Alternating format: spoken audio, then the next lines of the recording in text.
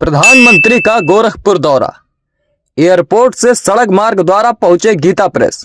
68 जगहों पर नागरिकों व कार्यकर्ताओं ने पुष्प वर्षा कर किया स्वागत।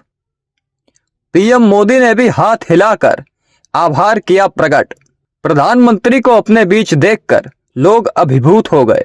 मोदी योगी के नारों से गूंजा पूरा गोरखपुर। प्रधानमंत्री का गोरखपुर दौरा रहा खास। शुक्रवार गीता प्रेस के शताब्दी वर्ष समारोह में शामिल होने के बाद पीएम मोदी ने गोरखपुर जंक्शन से पहले वंदे भारत ट्रेन को भी दिखाई हरी झंडी।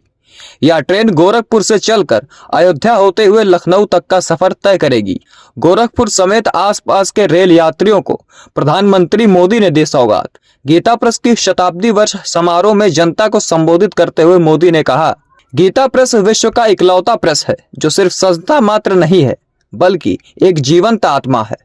इसी के साथ मोदी ने शुरू की 2024 आम चुनाव की तैयारी, क्योंकि दिल्ली तक जाने का रास्ता यूपी के पूर्वांचल से ही होकर जाता है। नए भारत के निर्माता, भारत माता के महान सपूत, भारत को वैश्विक पहचान दिलाने वाले आदरणीय प्रधानमंत्री जी का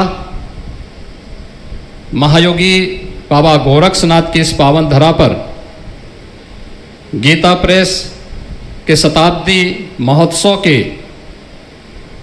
इस भव्य समारोह में मैं प्रदेश शासन की ओर से, प्रदेश की जनता की ओर से हृदय से स्वागत करता हूं, अभिनंदन करता हूं।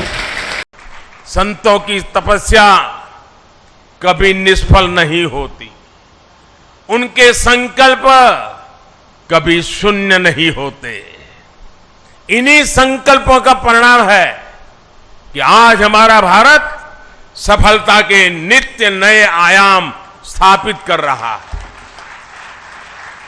मैंने लाल किले से कहा था, और आपको याद होगा, मैंने लाल किले से कहा था कि ये समय गुलामी की मानसिकता से मुक्त होकर अपनी विरासत पर गर्व करने का समय है। और इसलिए शुरुआत में भी मैंने कहा, आज देश विकास और विरासत दोनों को साथ लेकर चल रहा है। आज एक और भारत डिजिटल टेक्नोलॉजी में नए रिकॉर्ड बना रहा है, तो साथ ही सदियों बाद काशी में विश्वनाथ धाम का दिव्य स्वरूप भी देश के सामने प्रकट हुआ है। आज हम वर्ल्ड क्लास इंफ्रास्ट्रक्चर बना रहे हैं, तो साथ ही केदारनाथ और महाकाल महालोक जैसे तीर्थों की भव्यता के साक्षी भी बन रहे हैं। सदियों बाद अयोध्या में भव्य राम मंदिर का सपना, हमारा सपना पूरा होने जा रहा है। हम आजादी के 75 साल बाद भी अपनी नौसेना के झंडे पर गुलामी के प्रतीक चिन्ह को ढो रहे थे।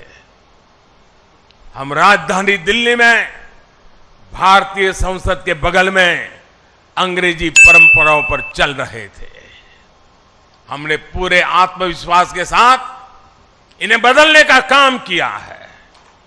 हमने अपनी धरोहरों को, भारतीय विचारों को वो स्थान दिया है जो उन्हें मिलना चाहिए था।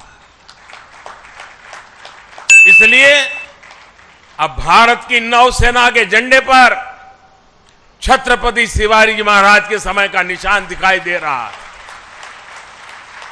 अब गुलामी के दौर का राजपथ कर्तव्य पथ कर बनकर कर्तव्य भाव की प्रेरणा दे रहा है।